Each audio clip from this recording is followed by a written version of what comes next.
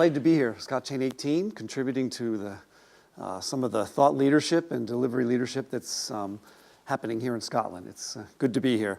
I've been working in the professional services industry for just under 3 decades, and just 2 months ago, I decided to kind of change keep my focus on technology and professional services, but jump into this new world of distributed ledgers and blockchain.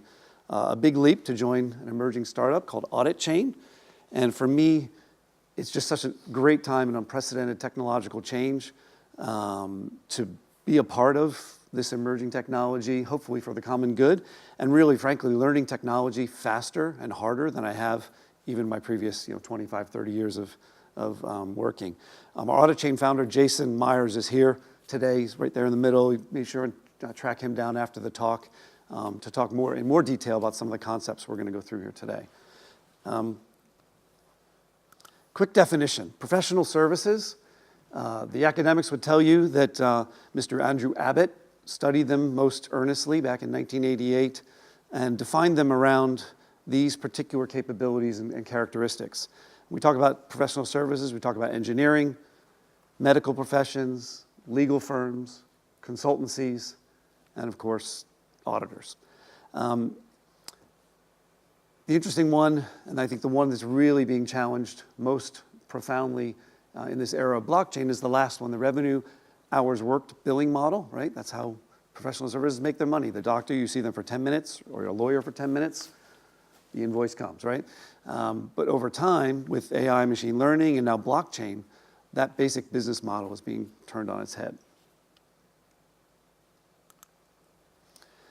One thing is unique about audit versus the other professional services, and that is really what I would call the buyer-consumer disconnect. Okay, so at the bottom diagram there, I'm trying to show the engineering firms, law firms, medical firms, consultancies are hired by someone. That someone is a buyer and a consumer of that service, of that intelligence, of that knowledge. When we look at audit, a professional service, yes, but there's a difference in the exchange. The buyers are the firms being audited, right? They hire an auditor, and the auditor does their work. Now, the consumer of that output is you, me, pension fund managers, those who want to know about the financial statements or the audit of that entity. And the auditing industry really has documented quite profusely here in the last decade or so, is dominated by the Big Four. Now, I'm an alumnus and a veteran of 5 of the Big Four, so I've worked for all of them, and then one that doesn't even exist. So I know them quite well. I've got a bunch of good friends and colleagues who are still working in those areas. For me, Thomas Sowell's book called Knowledge and Decisions back in 1980 is very instructive because he talks about how incentives and constraints, whether it's on you as an individual or as an entity, whether it be a regulator, a company, a firm, how that helps drive and determine behavior. So I think to really understand how this works and how it doesn't work, we need to consider the incentives and constraints. The way that people behave is not abstract, it's not random. It actually is driven by some motivation.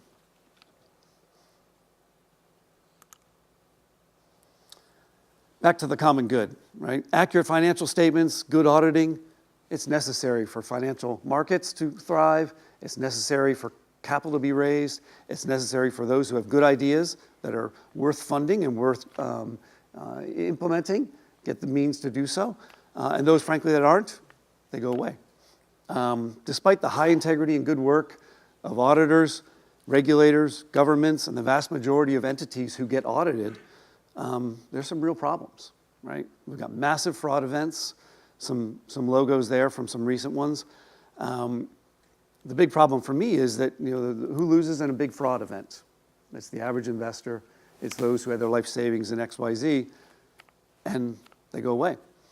And also, the industry would say that they would acknowledge that there's room for improvement in the quality of audits.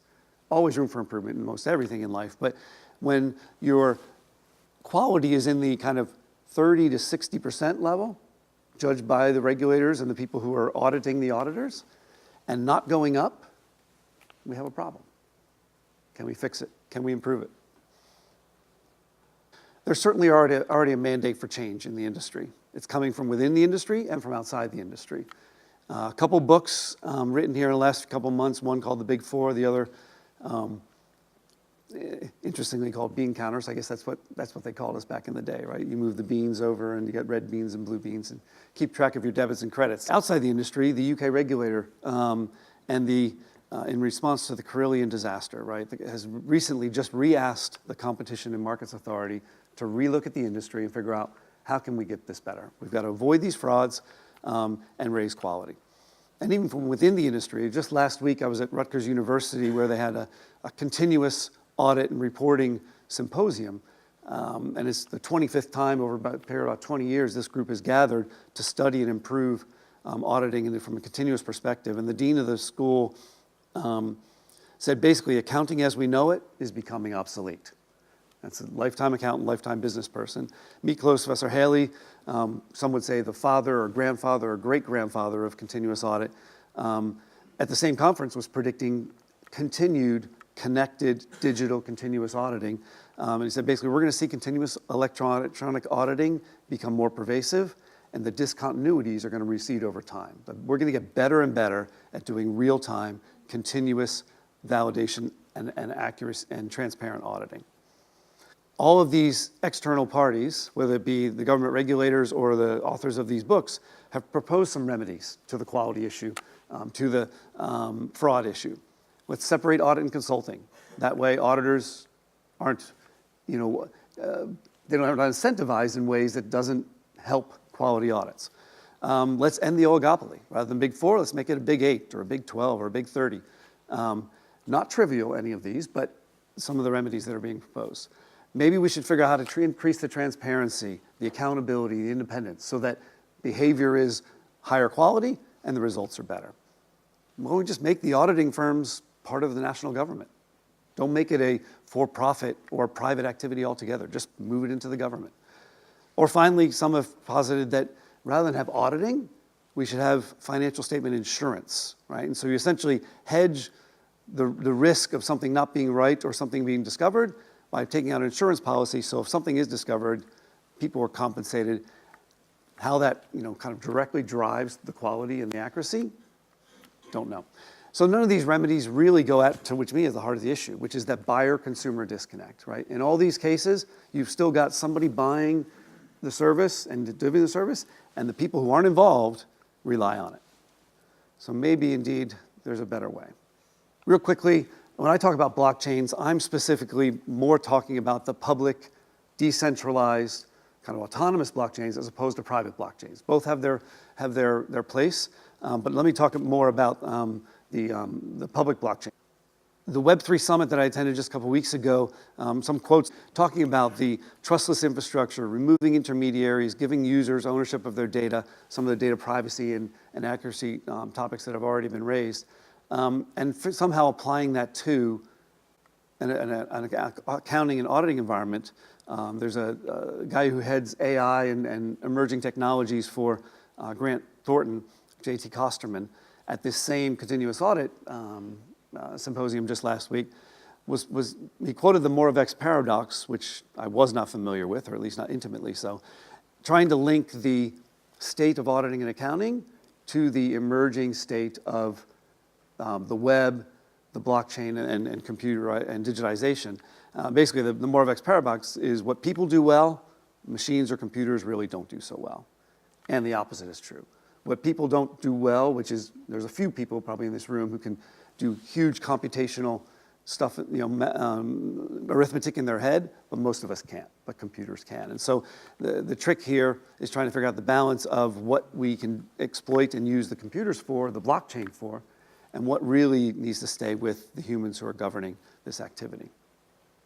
Ecosystems built on this blockchain, this public blockchain, really more and more they're going to be resemble marketplaces where there's consumers, there's buyers, there's suppliers, there's a supply chain, and there's value that is to be had and shared throughout the marketplace. they're based on and really run by, it's the gas, right? It's the gas that runs the Bitcoin network. It's the tokens, it's the cryptographic assets that are used to power and incentivize everyone to behave within their role within the market. As was already alluded even in the intro, some of the best and brightest are headed towards this technology, right? And before long, I would predict creating a bit of a dearth in some of the classic technologies. I mean, the best and brightest want to go the next shiniest object, right? And right now it's blockchain. But this all provides, we believe, a real significant opportunity for professional services, and especially in auditing. Let's look at that. Imagine, if you will, if you actually take the capabilities of a public blockchain ecosystem with the participants interacting based on the structure of that network and apply it to the audit environment. Imagine that transparency is normal, right? The data is out there. Now, sure, there are access rights, and you can, kind of, it's not just everybody open kimono, but transparency is normal. No longer the, I'll disclose what I want to disclose 3 months from now sort of mindset. And certainly the demand from consumers, everything's real time, right? They don't want to read a newspaper because it's already 12 hours old, right? You don't want to read an encyclopedia because you don't know what that is, and it was printed N number of years ago. Everything's real time. And so more and more that expectation for financial statements and audit is going to be the same. Fraud is essentially impossible. If transparency goes up, fraud is harder. The real-time insights are certainly more and more expected. The cost of capital can drop.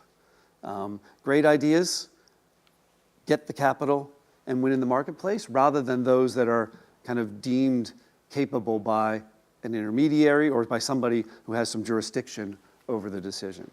And finally, we all focus on value.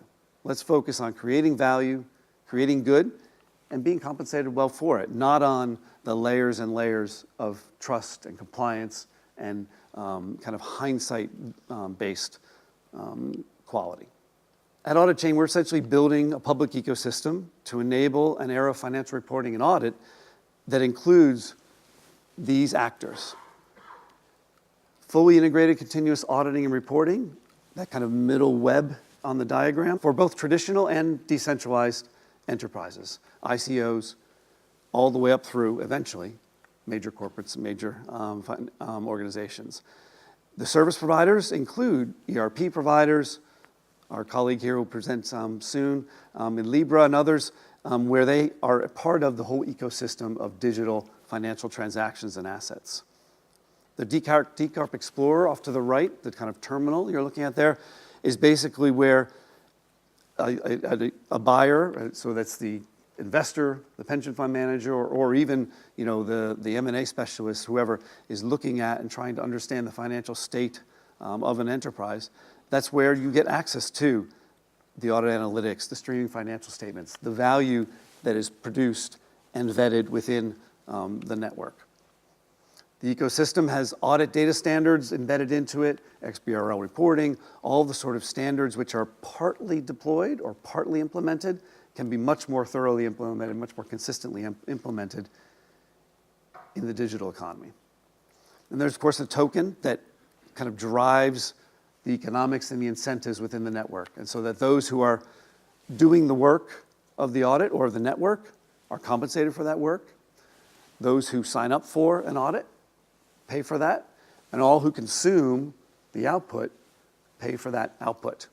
And we basically break the hard to be independent, I would say almost impossible to be independent, buyer-supplier relationship of the first slide, right? Where he or she or that organization which is going to be audited hires the auditor. The auditor must then be independent, but also utterly dependent on that client for their fees. This changes that. And that revenue sharing, when we get it right, it'll require some tuning and to make sure the incentives are all flowing properly, but essentially that allows the ecosystem to move data quickly, transparently, and much more accurately and much higher quality than what we've seen for the last 100 years or so. Thank you.